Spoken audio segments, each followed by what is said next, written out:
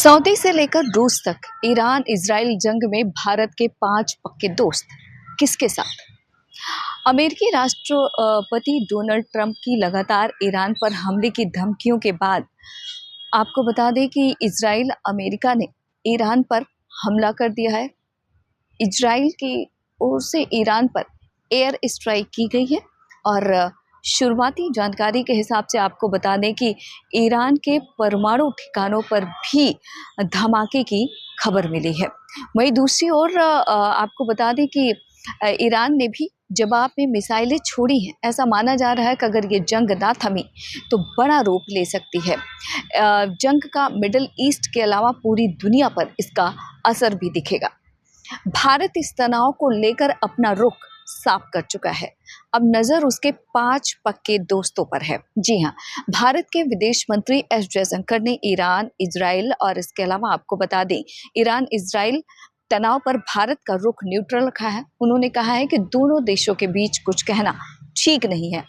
भारत के पक्के दोस्तों में रूस, सऊदी अरब, अमेरिका, फ्रांस और आपको बता दें कतर का भी नाम आता है। यह खास इसलिए है कि इन दोस्तों में कतर और सऊदी अरब 2 मुस्लिम देश हैं, जबकि रूस और अमेरिका की अगर बात करें तो एक दूसरे को फूटी आंख नहीं सुहाते हैं। और ऐसे में यह जानना बेहद ज़रूरी है कि अगर ये जंग आगे बढ़ती है तो फिर भारत की नज़र इस जंग का जो समीकरण बनने वाला है, ईरान इजराइल जंग में सीधे तौर पर अमेरिका इजराइल के साथ खड़ा है। हालांकि आपको ये भी बता दें कि अभी वह ईरान पर पूरी तरह से सख्त नहीं है, क्योंकि आपको बता दें कि ट्रंप ईरान के साथ न्यूक्लियर डील पर बातचीत कर रहे हैं और 7 दौर की बात भी हो चुकी है। 8वें दौर की बातचीत 15 जून को ओमान में प्रस्तावित थी, लेकिन अब ये अधर में अटक गई है। हालांकि आपको ये भी बता दें कि दरअसल इसके पीछे कई वजह भी बताई जा रही है। अमेरिका ने ईरान से कहा है कि अभी भी वह बातचीत की टेबल पर वापसी कर सकता है। इससे पहले अमेरिका इजराइल को किसी भी तरह की कार्रवाई न करने की सलाह दे चुका है, लेकिन ऐसा माना जा रहा है कि इजराइल अमेरिका की शय पर ही ये सारा कुछ कर रहा है, ईरान को तबाह कर रहा है। सऊदी अरब ने ईरान और इजराइल के बीच हालिया हुए तनाव और इसके अलावा एक दूसरे पर हमले को लेकर ईरान का साथ भी दिया है। हालांकि खुले तौर पर इजराइल का विरोध नहीं किया और आपको बता दें कि संयम बरतने की भी अपील की है। और ऐसे में यदि जंग होती है तो ये सऊदी अरब का रुख देखने वाला बेहद महत्वपूर्ण होगा कि वह ईरान का साथ देता है या नहीं।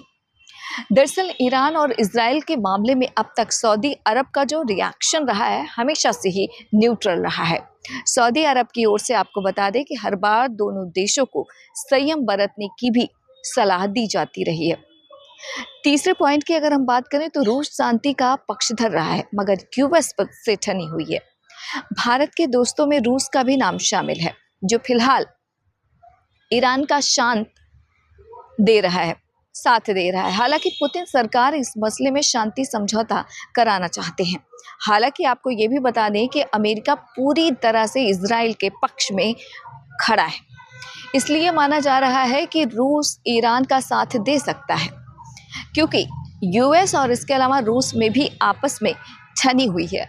अमेरिकी राष्ट्रपति डोनाल्ड ट्रंप कई बार इस तनाव को कम करने की कोशिश भी करते हुए दिखाई दे चुके हैं।